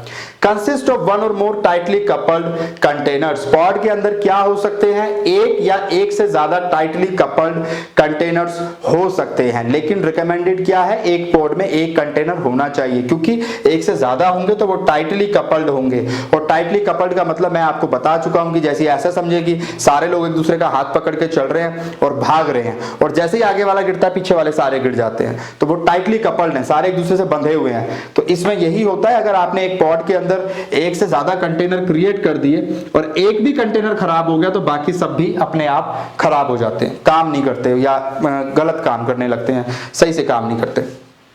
Pod runs on node which is control by master. तो पॉड कहां रन करता है? नोड के ऊपर रन करता है, पर कंट्रोल कौन करता है? मास्टर करता है। ये सारी बातें हम डिस्कस कर चुके हैं। कुबरनेट्स ओनली नोज अबाउट पोड्स, ये भी मैं आपको बता चुका हूं। कुबरनेट्स को पॉड के बारे में पता होता है, उसे कंटेनर से कोई लेना देना नहीं होता, कुछ पता नहीं होता उसे कंटेनर के बारे में। Can not start containers without a pod. आप बिना पॉड क्रिएट किए कंटेनर क्रिएट नहीं कर सकते। आप चाहते हो कि मैं सीधा यहां पे कंटेनर बना दूं बिना पॉड बनाए, ये पॉसिबल नहीं है। आप पॉड के अंदर ही कंटेनर क्रिएट करेंगे, या होता है कुबरनेटिस में, इसको ऐसे समझे। One pod usually contains one container. ये देखो यहाँ पे साफ साफ लिखा है, एक पॉड में एक कंटेनर ही जनरली होता है। लिखा है वैसे यहाँ पर कि consist of one or more tightly couple container, ज्यादा हो सकते हैं पर होते नहीं हैं। यूजुअली का मतलब जनरली हम एक पॉड में एक कंटेनर बनाते हैं। क्यों बनाते हैं? रीजन कई बार बता चुका हूं। तो आई होप पॉड के बारे में भी आपको काफी कुछ अभी हासिल हुआ होगा, तो इसकी थोड़ी सी और डिटेल में बात कर लेते हैं। जैसा कि मैंने आपको बताया है कि पॉड में एक ही कंटेनर यूजुअली हम क्रिएट करते हैं, लेकिन अगर हमारे पास मल्टी कंटेनर पॉड्स हैं, यहां पर हमारे पास एक पॉड के अंदर एक से ज्यादा कंटेनर हैं, तो क्या चीजें होती हैं, क्या मसले उनके साथ आते हैं, वो देख लेते हैं। अगर देखें आपके पास एक पॉड में एक से ज्यादा कंटेनर हैं, फॉर एग्जांपल ये मेरा पॉड है, ये मैंने एक पॉड क्रिएट किया है और इस पॉड में मेरे पास 3 कंटेनर हैं, तो तीनों की जो मेमोरी होगी वो शेयर्ड होगी, शेयर्ड मेमोरी होगी। तीनों लोग उस पॉड के अंदर जो मेमोरी है उसको शेयर करेंगे। एक ही मेमोरी तीनों के बीच में या 4 कंटेनर जितने भी बनाए हैं उनके बीच में शेयर होगी। तो share access to memory space, connect to each other using local host. देखें, पॉड को आईपी एड्रेस मिलेगा, लेकिन उसके अंदर जो कंटेनर होंगे वो मैप होंगे लोकल होस्ट के थ्रू, यानी आपस में एक दूसरे के थ्रू, वो लोकल होस्ट के थ्रू कनेक्टेड होंगे, क्योंकि वो लोकल ही हैं, वो उस पोर्ट के अंदर एक लोकल है, तो वो लोकल होस्ट के थ्रू कनेक्टेड होते हैं। हालांकि वो आपस में हम उन्हें इस तरह से कम्युनिकेट नहीं कराते हैं, वो अलग अलग पर्पस से होते हैं। जनरली अगर एक पॉड में एक साथ कंटेनर क्रिएट किए जा रहे हैं वो तभी किए जाते हैं जब ऐसी कोई सर्विस है जिसके साथ एक डिपेंडेंट सर्विस हमें चलानी है। जब वो सर्विस नहीं चलनी तो दूसरी का कोई वैल्यू नहीं है, तो उस तरीके की बात है ये कुछ। जैसे अगर गाड़ी है तभी पहियों की जरूरत पड़ेगी, खाली पहिए अगर मेरे पास हैं तो उनका कुछ फायदा नहीं है, यूजलेस है। तो कुछ ऐसा ही जब सिचुएशन आती है तब आप एक पॉड में एक साथ कंटेनर क्रिएट करते हैं, अदरवाइज नहीं करते। Share access to the same volume, सभी एक पॉड के अंदर जितने भी कंटेनर क्रिएट हैं वो सेम वॉल्यूम को शेयर करेंगे, सेम वॉल्यूम से ही सारा डेटा आपस में उसमें रहेगा। यही मसला है कि अगर एक भी कंटेनर खराब हो जाता है तो फिर वो बाकियों को भी खराब कर देता है, क्योंकि उनकी मेमोरी भी शेयर हो रही थी, सारी चीजें शेयर हो रही थी, तो वो आपस में प्रॉब्लम क्रिएट करते हैं और ये पूरा ही फिर अपने आप टर्मिनेट हो जाता है, डेमोलिश हो जाता है। तो container within pod are deploy in an all और नथिंग मैनर, यानी या तो वो होगा जो आप चाहते हैं या फिर कुछ नहीं होगा। ठीक है, कहने का मतलब वही है, या तो 3 कंटेनर प्रॉपरली चलेंगे तो ठीक है, अगर एक भी खराब हुआ तो फिर पूरा ही खराब कर देता है, ये पूरा ही अपने आप डिलीट कर देता है। तो या तो होगा या कुछ भी नहीं होगा, ये वाली बात है। तो आप ऐसा नहीं होगा कि आपने एक पॉड में 3 कंटेनर क्रिएट करने थे, 2 कंटेनर क्रिएट हो गए तो चलो 2 चल रहे हैं, एक नहीं चल पाया बाकी 2 काम कर रहे हैं, ऐसा कभी नहीं होगा। या तो जो आपने मांगा है वो आपको मिलेगा या कुछ भी नहीं मिलेगा। कुछ भी नहीं मिलेगा का मतलब ये नहीं है कि फिर वो देगा ही नहीं, फिर वो दोबारा से उसको ट्राई करेगा, वो रोल बैक करेगा। सपोज आपने एक कमांड चलाई अपने मैनिफेस्ट में कि भाई मेरे पास एक पॉड क्रिएट कर दो जिसमें 3 कंटेनर मुझे बना के दो। अब फॉर एग्जांपल ये पहली बार में नहीं बना पाया, इसने 2 ही कंटेनर बनाए, उसके बाद नहीं बना पाया, तो ये उसको डिलीट कर देगा। फिर दोबारा से कंटेनर उसी कमांड को ये दोबारा रन करेगा जो आपकी मैनिफेस्ट में दी हुई थी, दोबारा से ये एक पॉड क्रिएट करेगा, 3 कंटेनर क्रिएट करेगा और अब की बार आपको देगा। यानी कि ये कभी भी आपको आधा अधूरा काम करके नहीं देगा, या तो पूरा देगा या नहीं देगा, उसको कैंसिल कर देगा, दोबारा से रोल बैक करके उस काम को दोबारा एग्जीक्यूट करेगा। Entire pod is hosted on the same node, pod जो है वो सेम नोड के ऊपर ही होस्ट होता है, कभी 2 डिफरेंट नोड के ऊपर होस्ट नहीं हो सकता। फॉर एग्जांपल ये मेरे पास मास्टर है, मैंने आपको जैसे कि आर्किटेक्चर में बताया, और यहाँ पे मेरे पास नोड 1 और नोड 2 है। ये मेरी नोड 1 है और ये मेरी नोड 2 है। अब सपोज करें कि यहाँ एक कंटेनर है मेरे पास कंटेनर, और यहाँ एक कंटेनर मेरे पास है नोड 2 में। आप कहें कि इन दोनों कंटेनर को मिला के मैं एक पॉड क्रिएट कर दूं, जो नोड 1 और नोड 2 का 2 कंटेनर है, एक नोड 1 में कंटेनर पड़ा है, एक नोड 2 में कंटेनर पड़ा है, इन दोनों को मिला के मैं एक पॉड क्रिएट कर दूं, ऐसा नहीं हो सकता। पॉड हमेशा आपका एक सिंगल नोड के अंदर ही बनेगा, 2 डिफरेंट नोड में डिफरेंट कंटेनर्स को मिला के आप पॉड क्रिएट नहीं कर सकते। ये बात भी आपको समझ आ रही होगी। पॉड की लिमिटेशन क्या है? लिमिटेशन ये है कि ऑटो हीलिंग और ऑटो स्केलिंग ये फीचर यहाँ पे बाय डिफॉल्ट नहीं होता। अब आप कहेंगे सर आपने पिछले लेक्चर में पढ़ाया था कि कुबरनेटिस के अंदर ऑटो हीलिंग, ऑटो स्केलिंग ये सब होता है, बल्कि डॉकर स्वार्म में नहीं होता। यहाँ पर होते हैं, बाय डिफॉल्ट इसका फीचर है नहीं, आपको ऐड करने पड़ते हैं। या हायर लेवल कुबरनेटिस ऑब्जेक्ट्स होते हैं जो आप बाद में ऐड करते हैं। ये कुछ ऐसे ही है जैसे जेनकिंस में काम सारे हो जाते हैं, आपको प्लगइन्स ऐड करने पड़ते हैं। आप जितने ज्यादा प्लगइन्स ऐड करते हैं उतनी ज्यादा उसकी फंक्शनैलिटी बढ़ती जाती है। कुबरनेटिस सेम ऐसा ही है, यहां पर बाय डिफॉल्ट पॉसिबल नहीं है ऑटो हीलिंग, ऑटो स्केलिंग, लेकिन आप हायर लेवल कुबरनेटिस ऑब्जेक्ट्स को ऐड करके आप उसकी फंक्शनैलिटीज को बढ़ा सकते हैं और ये सारे फीचर ऐड कर सकते हैं।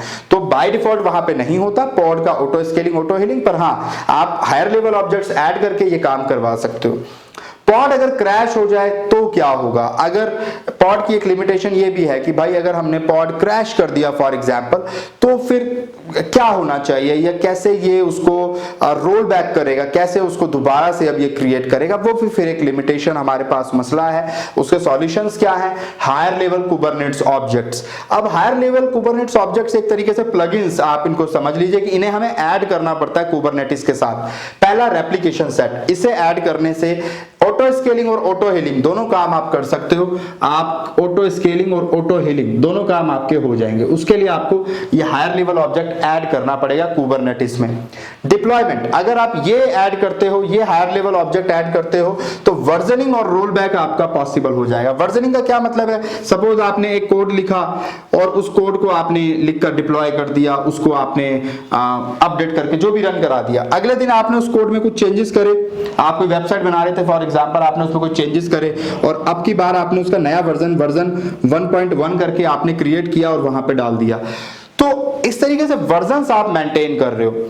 रोल बैक का मतलब होता है करंट वर्जन से पिछले वर्जन पे जाना, उसे रोल बैक कहते हैं। कि आपको अब नया वाला वर्जन पसंद नहीं आ रहा, आप कहते हैं मैं पुराना ही यूज करना चाहता हूं, तो रोल बैक का ऑप्शन यहां पे होता है। वर्जन ये मेंटेन करता है, आप जब चाहे रोल बैक करके पिछले पे जा सकते हैं या पिछले से आगे आ सकते हैं। ये चीज यहां पे पॉसिबल है। आपको ये higher level Kubernetes object add करना पड़ेगा डिप्लॉयमेंट नाम से।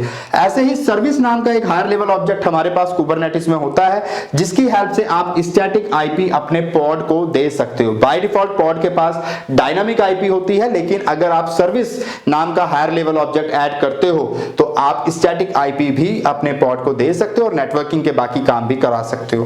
वॉल्यूम, अगर आप ये ऐड करते हो तो नॉन एफएमआरएल स्टोरेज आपको मिल जाएगी, यानी कि आपके नोड से बाहर ये स्टोरेज होगी। अगर आपके कंटेनर खराब हो जाते हैं, डिलीट हो जाते हैं, पॉड आपके डिलीट हो जाते हैं, तो भी ये स्टोरेज आपकी डिलीट नहीं होगी और इसमें डेटा आपका स्टोर रहेगा लॉन्ग टाइम तक। तो ये कुछ बुनियादी बातें हैं पॉड से रिलेटेड, कुबरनेटिस से रिलेटेड। आप कुछ इंपॉर्टेंट चीजें ये भी हैं कि अगर आप सिंगल क्लाउड चला रहे हैं, सिंगल क्लाउड जैसे मैं AWS पे काम करूंगा तो कमांड जनरली kubectl से स्टार्ट होती है। लेकिन अगर आप वही काम ऑन प्रीमाइसेस हार्डवेयर पे कर रहे हैं, अपने ऑफिस में आपके हार्डवेयर है, वहां आप क्लस्टर बना रहे हैं, वहां कुबरनेटिस से काम ले रहे हैं, तो जनरली कमांड जो होती है उसमें kubectl का ज्यादा इस्तेमाल होता है। ऐसे ही अगर आपके पास हाइब्रिड क्लाउड है जहां पे ऑन प्रीमाइसेस भी है या दो डिफरेंट क्लाउड हैं या ऑन प्रीमाइसेस और पब्लिक क्लाउड दोनों का आप इस्तेमाल करके काम ले रहे हैं, तो वहां पे जो जनरली कमांड होती है वो क्यूब फैट के नाम से होती है, यानी कि फेडरेटेड, यानी दो चीजों का मिक्सअप, दो चीजों का एडिशन। तो उन चीजों से मिलकर ये कमांड होती है। तो ये कुछ बुनियादी बातें हैं, नहीं भी समझ आ रही कोई दिक्कत नहीं है, लैब करेंगे समझ आएगा। लेक्चर बहरहाल काफी लंबा होता जा रहा है। खैर मुझे आज आपको डेमो भी दिखाना था, लेकिन डेमो की ऑलरेडी काफी सारी कमांड्स हैं जो मुझे आपको लिखकर एक्सप्लेन करनी है पहले, फिर लैब करानी है। तो ये लेक्चर बहुत लंबा हो जाएगा और आपके लिए पॉसिबल नहीं होगा एक लेक्चर में। तो मैं अगले 2-3 दिन में वो लेक्चर भी अपलोड कर दूंगा, नो नीड टू वरी। तो आप मेरे ख्याल से आज के लिए इतना बहुत है और मैं भी काफी थक गया हूं। आज को शेरो शायरी करते हैं और थोड़ा मूड को रिफ्रेश करते हैं। तो चलिए बात को किसी खूबसूरत शेर के साथ खत्म करते हैं। एक शेर मुझे ये याद आ रहा है कि रहने दिया ना उसने किसी काम का मुझे, रहने दिया ना उसने किसी काम का मुझे, और खाक में भी मुझको मिलाकर नहीं गया। तुम पूछो और मैं ना बताऊं, ऐसे तो हालात नहीं। तुम पूछो और मैं ना बताऊं, ऐसे तो हालात नहीं। एक जरा सा दिल टूटा है और तो कोई बात नहीं। हो रहा हूं मैं किस तरह बर्बाद, देखने वाले हाथ मलते हैं। हो रहा हूं मैं किस तरह बर्बाद, देखने वाले हाथ मलते हैं। क्या तकल्लुफ करें ये कहने में, जो भी खुश है हम उससे जलते हैं। ये भी एक तरकीब है दुश्मन से लड़ने की, ये भी एक तरकीब है दुश्मन से लड़ने की। गले लगा लो जिस पर वार नहीं कर सकते, मिलने की तरह मुझसे वो पल भर नहीं मिलता। मिलने की तरह मुझसे वो पल भर नहीं मिलता। दिल उससे मिला जिससे मुकद्दर नहीं मिलता। मदन मोहन दानिश का एक शेर मुझे याद आ रहा है कि दर्द सीने में छुपाए रखा, दर्द सीने में छुपाए रखा, हमने माहौल बनाए रखा। मौत आई थी कई दिन पहले, मौत आई थी कई दिन पहले, उसको बातों में लगाए रखा।